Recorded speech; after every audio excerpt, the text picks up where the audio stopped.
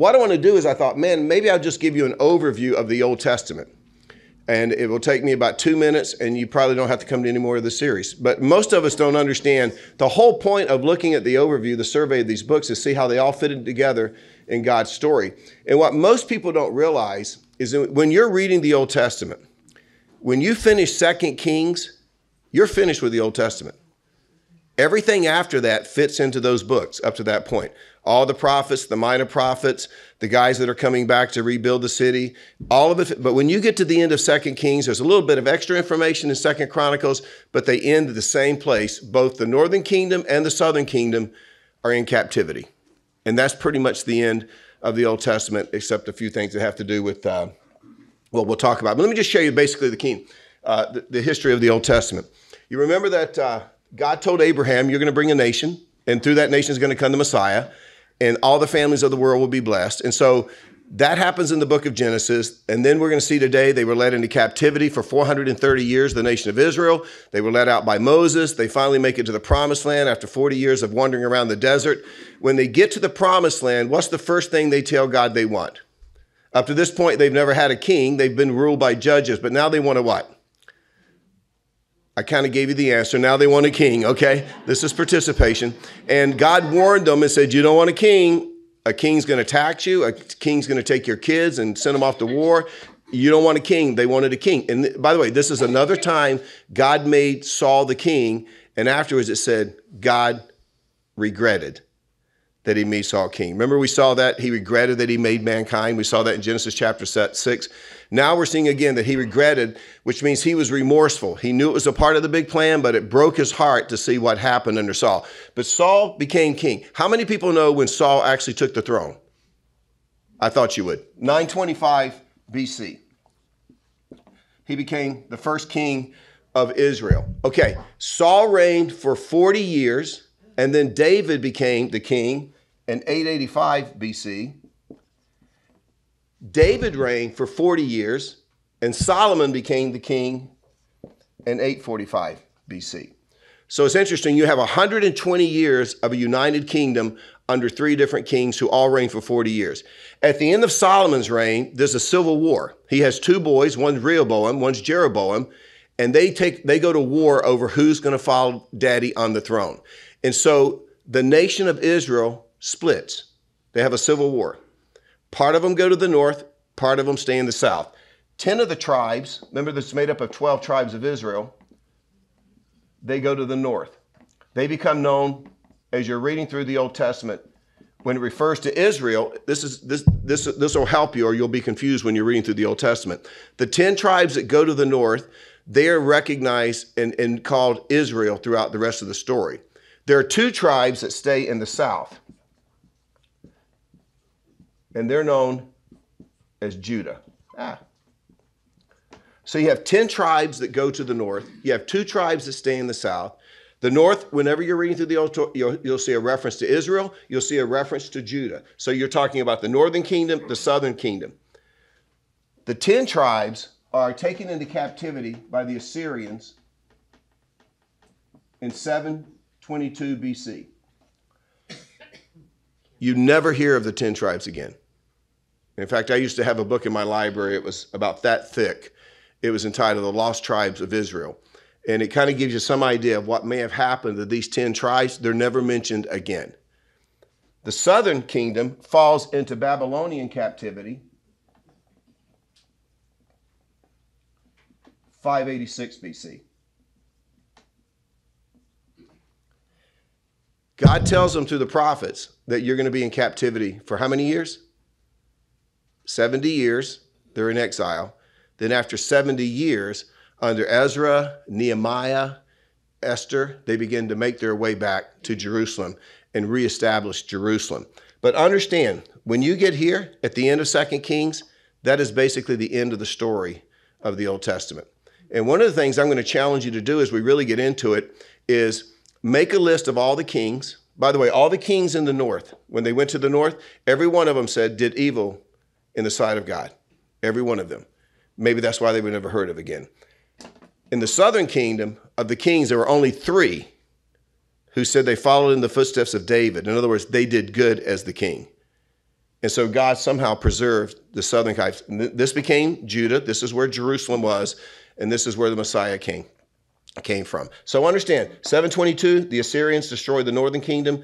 586 BC, under Nebuchadnezzar, the Babylonians come in and destroy Jerusalem and take the Jews into captivity for 70 years. After 70 years, they return to Jerusalem. And then there's a long period of silence. So when you think about the Old Testament, as you're reading through, if you can make it to the end of 2 Kings, you have read the Old Testament. After what you see after that are the Psalms, the Proverbs, the minor prophets, the major prophets, and every one of them fit within the reign of a king. And you begin to match those up, and you're going to understand the Old Testament. So that'll just give you a quick overview. Let's get into this week. We're talking, as I said, we're giving a survey of each book. Last week we talked about the book of Genesis, and we gave the overview. And if you weren't here, you can just go home and listen to it on the app. You can listen to it on YouTube. But this week we're going to take on the book of Exodus. And I think it's so appropriate that we're studying Exodus this week because we just celebrated June the 4th, July 4th. What do we celebrate on July 4th? Freedom. Our independence, our freedom. We celebrate our independence as a nation. And I think every one of us would agree there's nothing better than freedom. In fact, I think one of the pulsating themes in the heart of every person on the planet is this: I just want to be free. Every one of us want to be free. And so it doesn't surprise me that God gave us a book, and the theme of the book is freedom. It's the book of Exodus, and we're going to see it today. But to understand the book of Exodus, we have to go back to the book of Genesis. Now, I don't see many of you walking in with the Bible, but again, this is a series where you really ought to bring your Bible so you can make notes. But to understand Exodus, we got to go back to Genesis for just a few minutes, okay? So if you brought your Bible, go over to Genesis chapter 47. While you're turning, let me just give you some basic information about the book of Exodus. First of all, the name itself means departure. It means going out. It means going forth. It's the idea of an exodus. And we talked about last week that the name for Genesis is not a Hebrew word. Although the Old Testament's written in Hebrew, it's actually a Greek word. And it's a Greek word because in 250 BC, 70 scholars got together and they translated the Hebrew Old Testament into Greek because that was the popular language of the day. And when they did that, they gave the names of the Old Testament Greek names. And we saw that Genesis means beginning, but the word Exodus means going out or going forth. It's also a Greek name, and it was given that name because it is the theme of the book. By the way, you want to know what the Hebrew name was? These are the names. It's the first four words in the book of Exodus. Not very creative, but that was the title of the book. So they came in, when the Septuagint, the Greek scholars, when they translated it, they gave it the name Exodus. Now, how does the book tie in with the book of Genesis? Last time we saw that Genesis means beginning or giving birth to. It's a book of beginnings. And we talked about the fact that everything that began in the book of Genesis. And we kind of went through all of that. But one of the things began in the book of Genesis was the lineage through which the Messiah would come. God came to Abraham in Genesis chapter 12, as I just said, and God said, I'm going to build a nation through you. And through the nation, it's going to bless all the families of the earth. This was the first hint that the Messiah was going to come through the Jewish nation, and it was going to begin with Abraham. Now, Abraham had a son named Isaac. Isaac had a son named Jacob. Jacob had a son named Joseph. Those are the four main characters in the book of Genesis. It's not Adam, and it's not even Noah. It's Abraham, Isaac, Jacob, and Joseph. The last 14 chapters in the book of Genesis have to do with Joseph. And we just came off of a series on Joseph, but let me review just a little bit. You will remember that through a series of events, because his brothers hated him, they hated him because he was daddy's favorite, that the brothers sold Joseph into slavery. He ends up in Egypt. Once he gets in Egypt, God takes him on an incredible journey that begins being in a prison, and it ends up being in the palace, the prime minister of Egypt, serving alongside of Pharaoh, who is the king of Egypt. By this time, understand, Joseph's brothers have long since forgotten about Joseph. I'm sure they thought he was dead. I'm sure they thought they would never see him again. But if you remember the story, a famine strikes the land where Joseph's family still lives. They don't have any food. They're impacted by the famine. So Jacob tells the 11 boys, you're going to have to go to Egypt, because they had heard that there was food in Egypt. Now, they didn't know that there was food in Egypt because of their long-lost brother, Joseph, but it was because of Joseph. And so they show up in Egypt to get food. Joseph recognizes them. They don't recognize him. It's an intriguing story. You should read it sometime. And finally, Joseph breaks the news. He says, I am your brother. And there's this great reunion that takes place. And Joseph says to his brothers, now I want you to go back and get Daddy and all of our family that's where they are. And I want you to bring them here. I want you to bring them to Egypt, and we're going to take care of them. Now, how many people were in the family? Does anybody remember? We talked about it. There were 70 people. At that time, that was the nation of Israel. 70 people of Joseph's family. And they all relocated to the northern part of the Nile River, at the area in northern Egypt known as Goshen, a very fertile area, and they settled down there. In fact, it says in Genesis 47, verse 27, the Israelites settled in Egypt. By the way, notice they're already referred to as the Israelites, but it's only 70 family members. Settled in Egypt in the region of Goshen. They acquired property there and were fruitful and increased greatly in number. Well, time passes. And when you get to chapter 47, Jacob dies. And then when you get to chapter 50 of Genesis, it says in verse 22, Joseph stayed in Egypt along with all his father's family. He lived 110 years. Then Joseph said to his brothers, I am about to die, but God will surely come to your aid and take you up out of this land to the land he promised an oath to Abraham, Isaac, and Jacob. In other words, the promised land.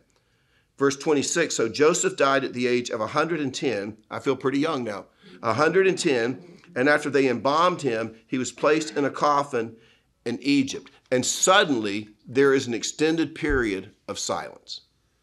If you ever want to do an interesting study of the Old Testament, study those periods of silence, extended silence. Often it will say, and God was silent. I'll give you an example. Genesis chapter 12, God makes a covenant with Abraham. And he says, through you is going to come a nation, like the stars. I mean, it's going to be a lot of you. And through that nation is going to come the Messiah. God made the covenant with Abraham. Did you know that God did not speak to Abraham and Abraham did not hear from God for 40 years? Think about that. How would you feel if you'd never heard anything from God for 40 years? And a lot of theologians bat around, why would God do that? I think mainly the reason was to see if Abraham really trusted that God was going to keep his word and keep his covenant. 40 years. When you get to the end of the Old Testament, when you get to the end of Malachi, there's a dark period between Malachi and Matthew chapter 1, verse 1 that lasted over 400 years. Now, we have from historians some things that happened during that time, and it was a very brutal time. But God did not speak, and no one wrote for him or spoke for him. It was an extended period of silence. Understand that from the end of Genesis to the beginning of Exodus is a period of 350 years. That's significant. 350 years. And not only does Joseph die, his sons die, and their sons die.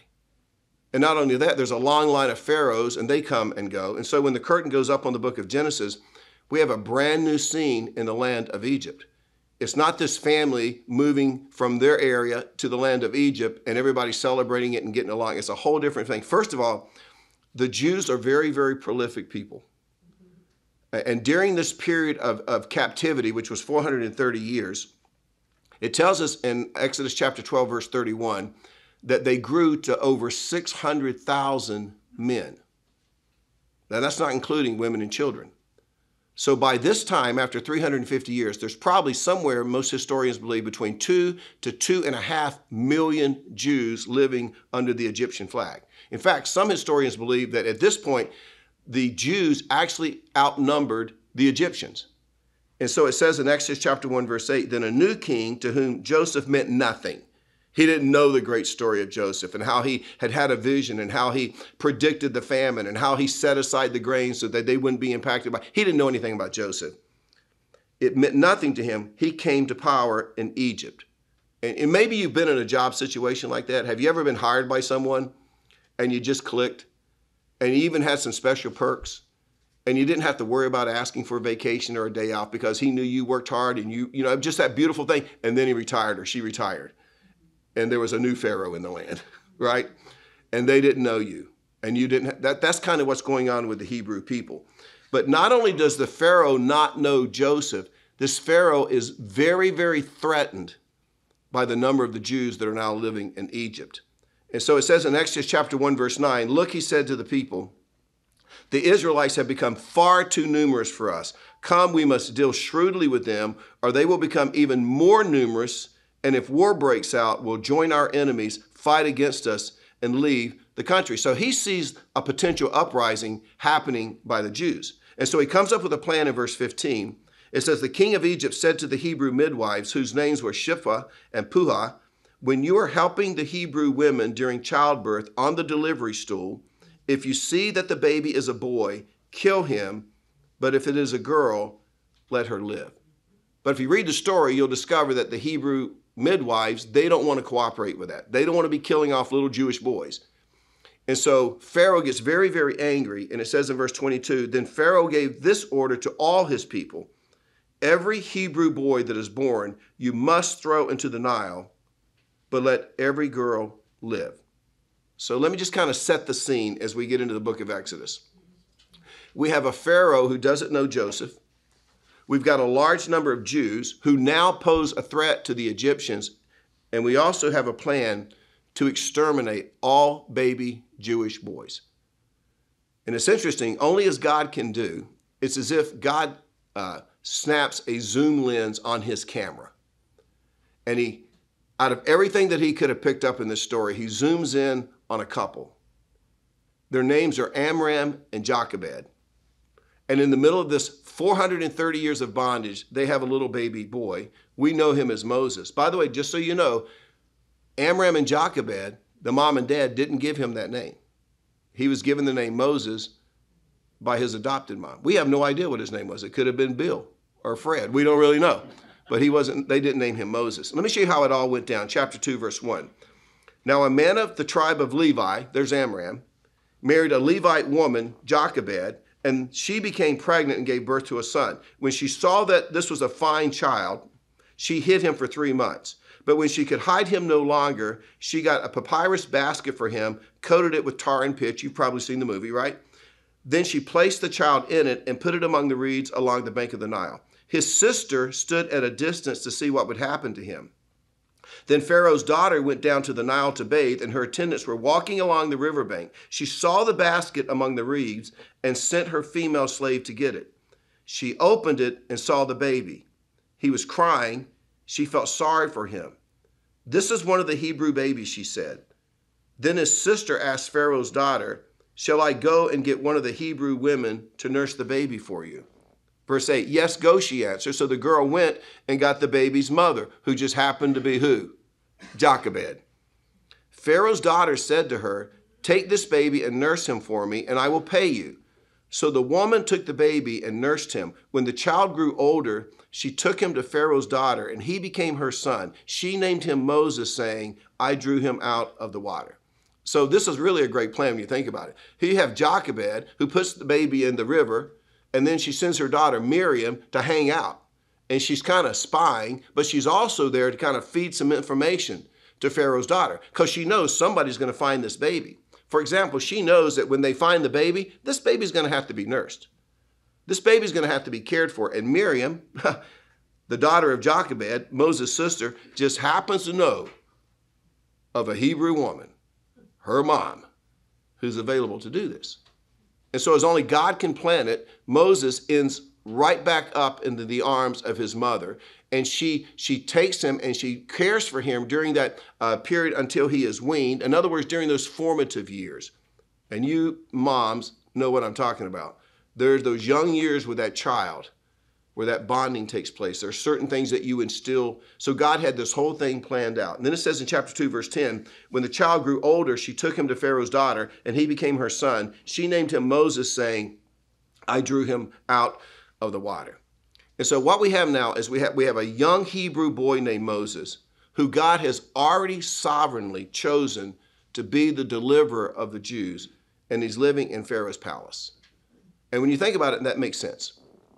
I mean, think about it. If you're going to be the deliverer of the Jews, if you're going to deliver Israel out of bondage from Egypt, it probably would help to know a lot about Egypt. And so we have Moses living in Pharaoh's court, where he got an education, a 40-year education, probably the best education on the planet at that time, free of charge. By the way, one of the reasons we know that is if you know the story in Acts chapter 7 of Stephen, the first Christian martyr who was stoned, when he is testifying before the Jews and telling the story, this is what he says in Acts chapter 7, verse 22. Moses was educated in all the wisdom of the Egyptians and was powerful in speech and action. A Jewish historian, his name is Manetho, says tradition teaches that Moses was educated at the school of the Heliopolis, is where all of the nobility of that day sent their children. He had the best teachers, the best tutors. He had the best education. He probably spoke several languages. He was brilliant. He was brilliant. But then the plot thickens when you get to chapter 2, verse 11. One day after Moses had grown up, he went out to where his people were, and he watched them at their hard labor. He saw an Egyptian beating a Hebrew, one of his own people, looking this way and that and seeing no one. He killed the Egyptian and hid him in the sand. But then it says in verse 15, when Pharaoh heard of this, he tried to kill Moses, but Moses fled from Pharaoh and went to live in Midian, where he sat down by a well. So now he's had this great education. He spent his whole life living in the palace, and now he's a fugitive, and now he ends up in Midian. What happens while he's in Midian? Well, he meets a girl. He falls in love with her. He gets married. They start a family, and he goes to work for her dad. And he punches the clock as a shepherd in the hot Midian desert for 40 years. So now Moses is 80 years old, okay? Long past where most of us hope to retire, okay? 80, I will not, but long past where many hope to, right? And he's out in the desert, and he's leading these sheep around. And by this time, 40 years, he has long since forgotten what it was like to live in the plush palace of the Pharaoh. And then you get to chapter 3, verse 1, it says this, now Moses was tending the flock of Jethro, his father-in-law, the priest of Midian, and he led the flock to the far side of the wilderness and came to Horeb, the mountain of God.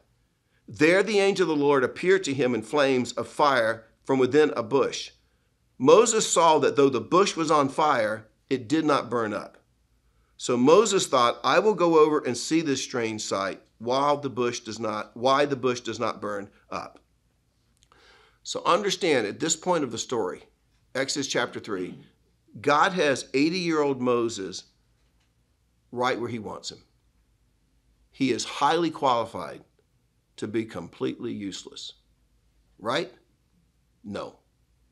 Again, when you're working with God, it always comes back to perspective. Here's Moses, who has been broken by God, so that now God can use him. That's a whole different thing.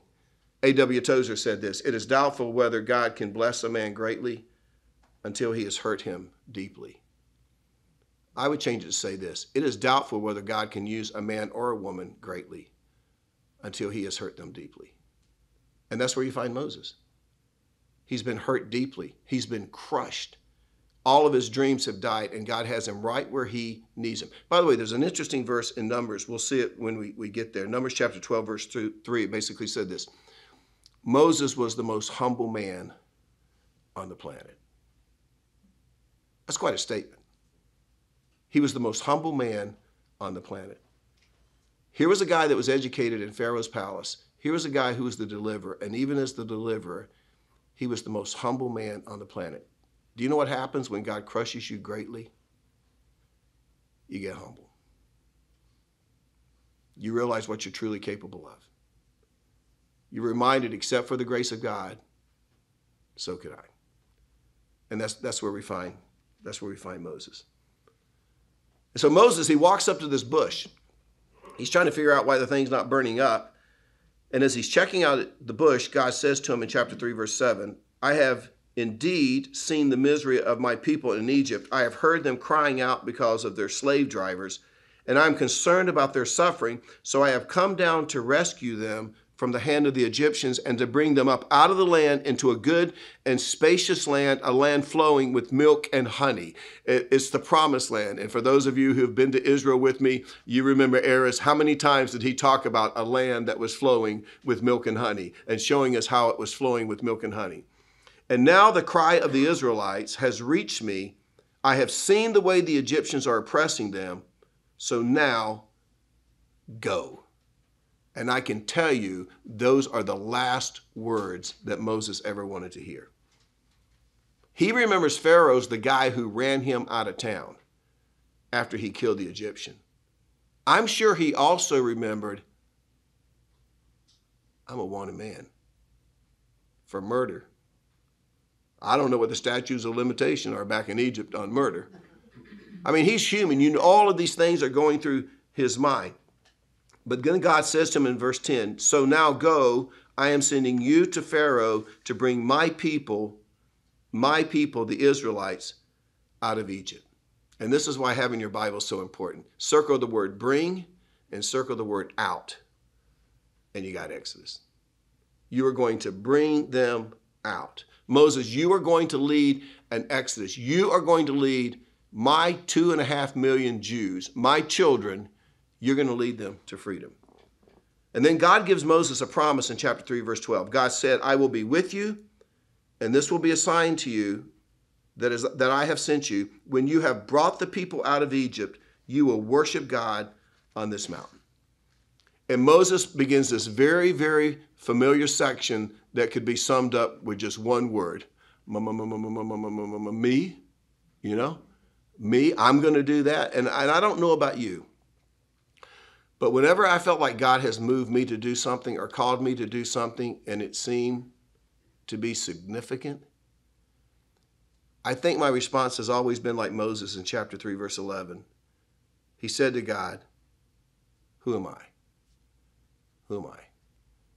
Next week, I'm going to talk to Christine about a ministry that she has started. It kind of blows my mind that God just laid this on her heart. And I guarantee you, when she first looked at the enormity of it, your thought was, God, why me? There's so many people probably better qualified. And we're going to talk about how we can partner with, because this is an incredible ministry that we're going to have a chance to be a part of. And I love grassroots stuff. But we're going to talk, but anytime God comes and he gives you something like that, I'll never forget where I was sitting when I felt like God spoke to me. And I've never heard God speak to me audibly, but it's the closest I've ever heard God speak to me when he said, you're going to leave California and you're going to go back to North Carolina and you're going to start life all over again. You're going to start a church. And I'm like, you just got the wrong guy. And that's where we find Moses. By the way, let me just say this. Maybe you don't realize it yet, but sitting right here in this room right now this morning, some of you are a Moses in the making. And you may not realize that, but you are a Moses in the making. And you know what? If God is speaking to you, my guess is you already have your excuses. I'm too young. I'm too old.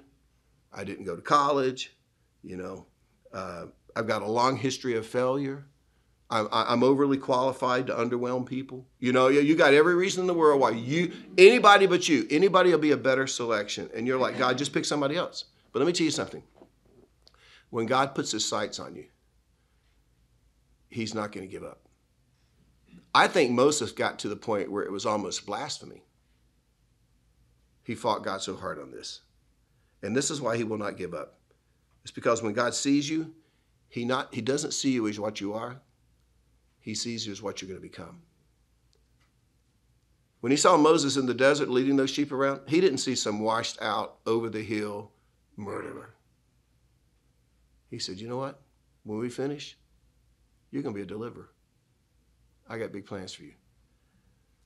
So God says to Moses, listen, I hear the cries of my people, and you're the guy. And Moses argues, and he argues, and he argues. By the way, there are only 1,189 chapters in the Bible. 3 of those chapters have to do with Moses arguing with God. He argues, and like I said, I think up to the point where God's like, I'll kill you if you don't do this, right? And then he finally gives in. And he goes back to Egypt, and he sets into motion an incredible series of events. By the way, I just want you to know, things didn't just fall into place for Moses. It was like, oh, he's our deliverer. We're so excited to see him. Actually, when he got there and he kind of moved into the role of deliverer and he started doing his thing, instead of Pharaoh backing off thinking, I guess I'm going to lose all these people. No, he turned up the heat. In fact, let me just read chapter 5, verse 9.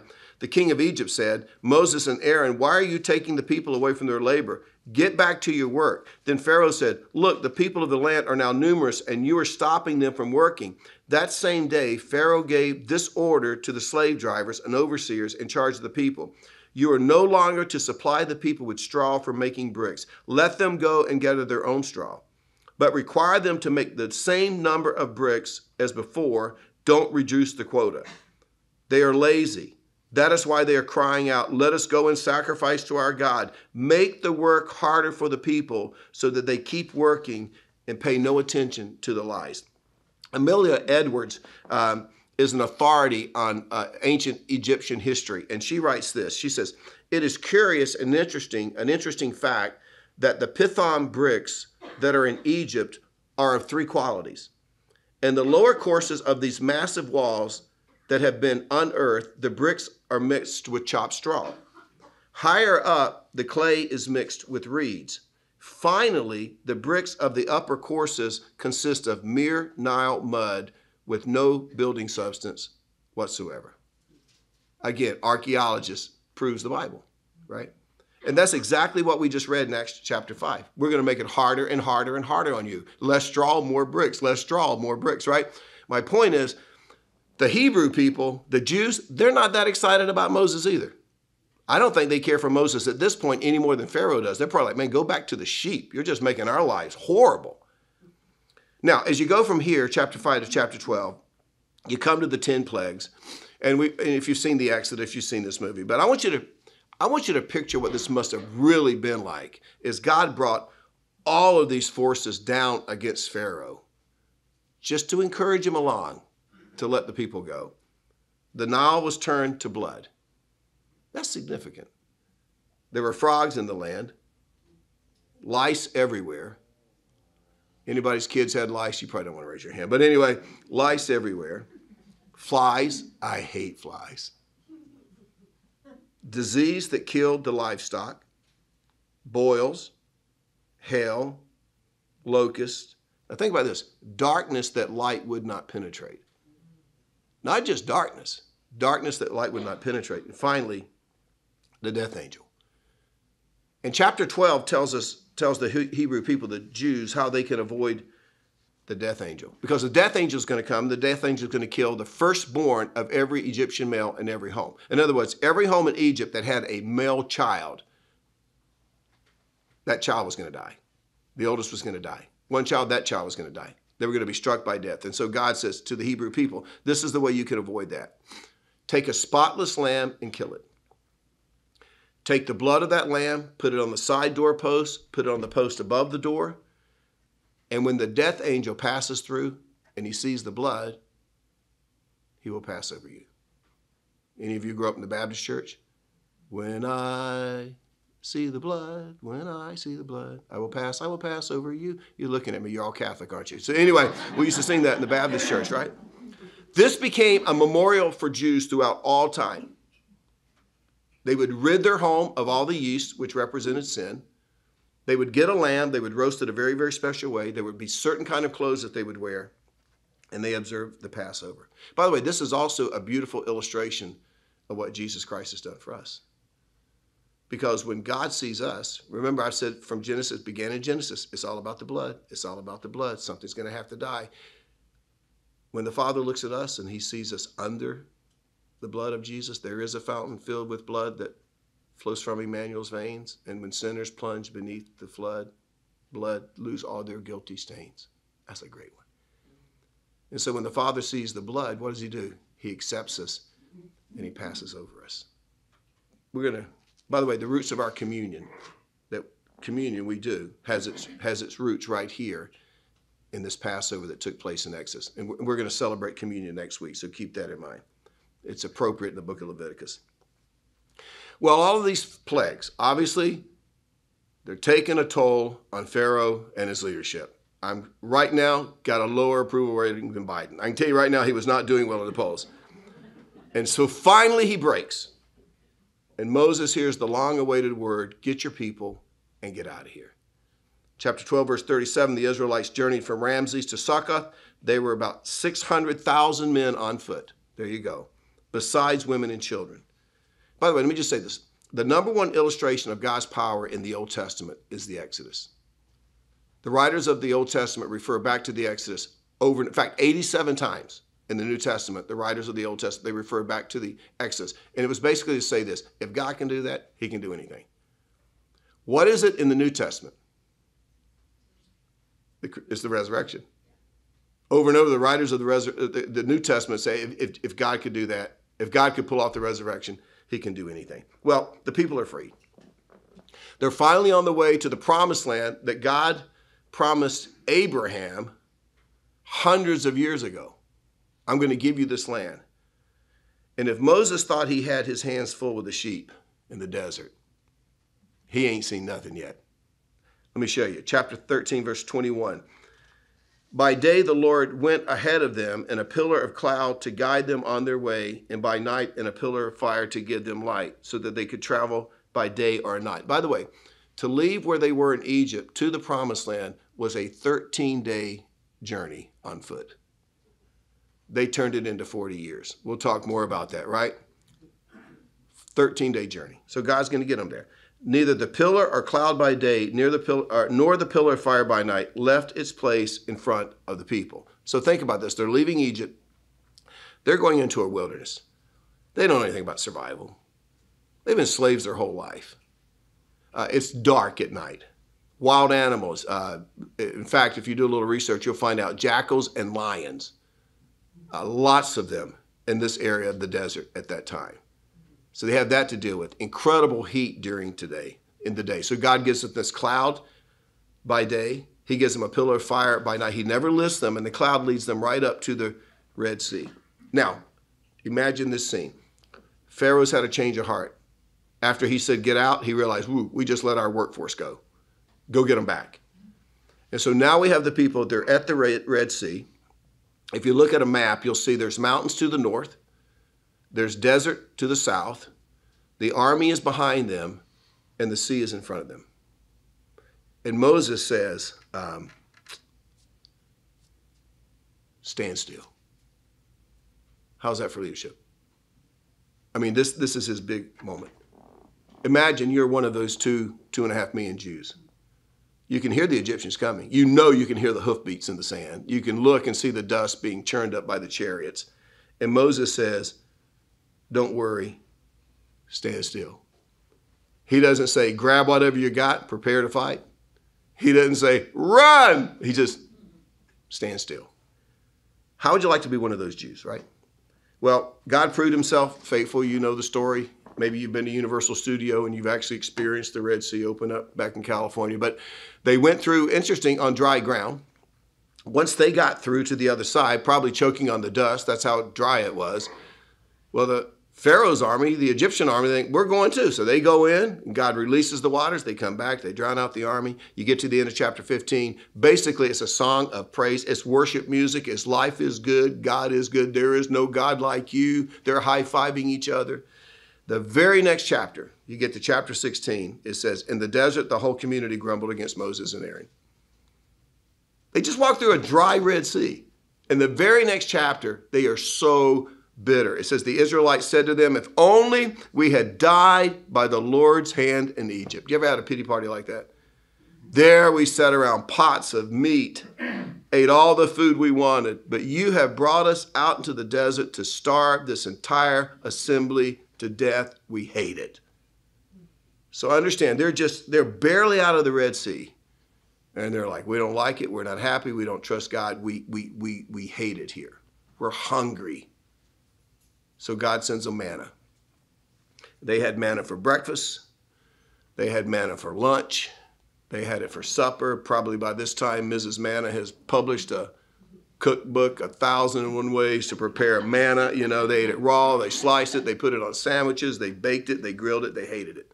They were thirsty. God said, no problem. I'll give you water out of a rock. Fiji, right out of the rock. They hated it. They didn't want that either. And I'm sure at this point, Moses is probably thinking, God, listen, send me back to the sheep. I'll take the sheep, right?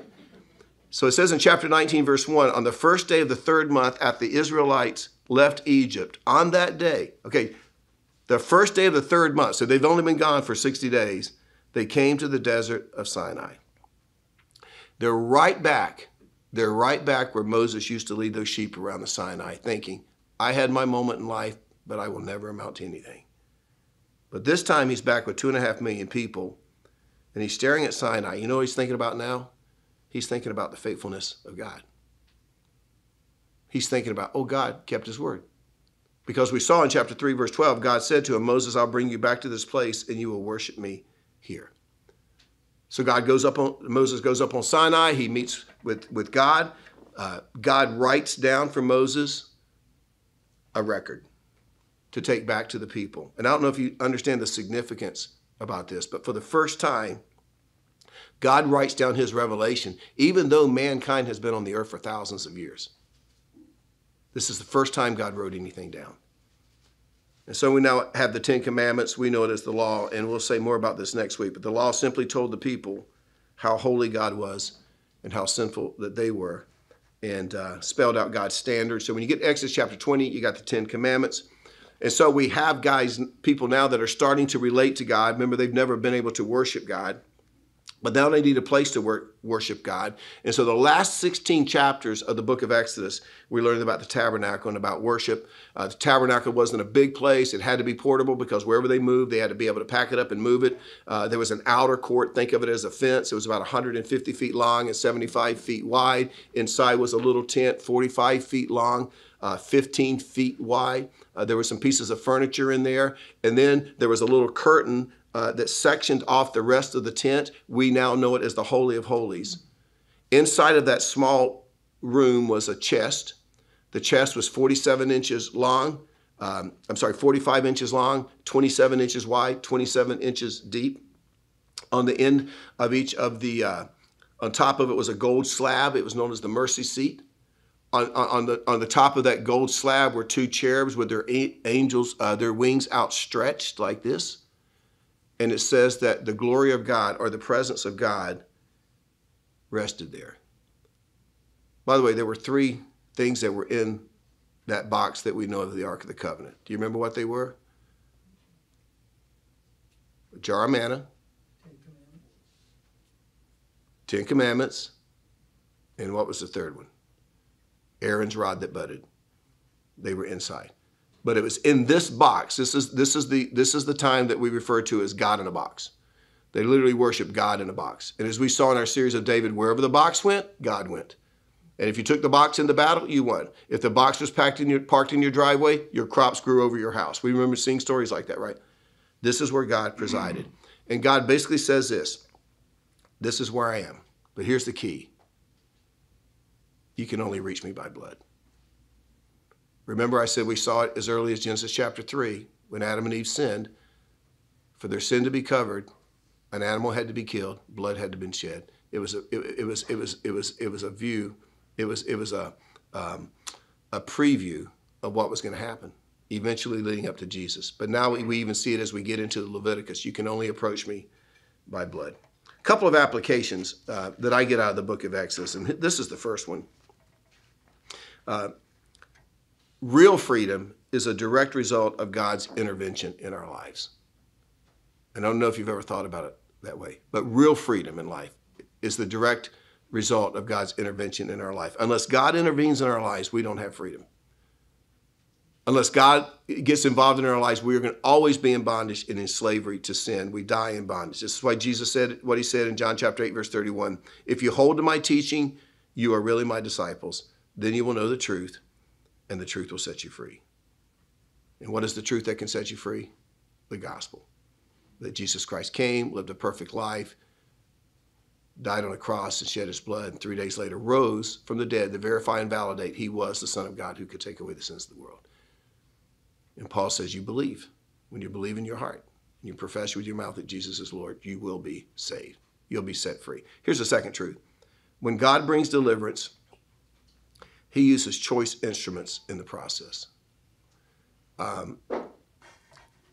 Some of you, a couple of you talked to me this morning when you got here, and you shared a couple of personal things with me about maybe an impact I had in your life.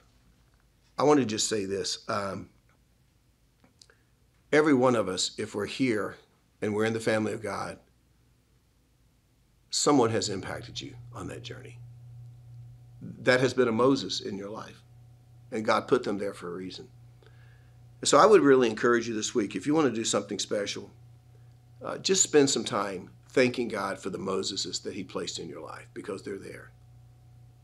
I remember as a young pastor, when I literally was coming off, I got too much too fast. And I was coming off the rails, and I went to see a pastor. And God placed him in my life in that time. And there's individuals in your life also. And so spend some time this week and say, God, thank you. It's those unique people who God uses to bring deliverance right when you need it. So you think about who they are. But if you're a Christian, God has placed them there. All righty. A lot of information. And I know you guys are so jacked up because next week's Leviticus, which I think is one of my favorite books, by the way. But we're really going to start to get into the story of this now, and you're going to start to see how it all just kind of begins to mesh together.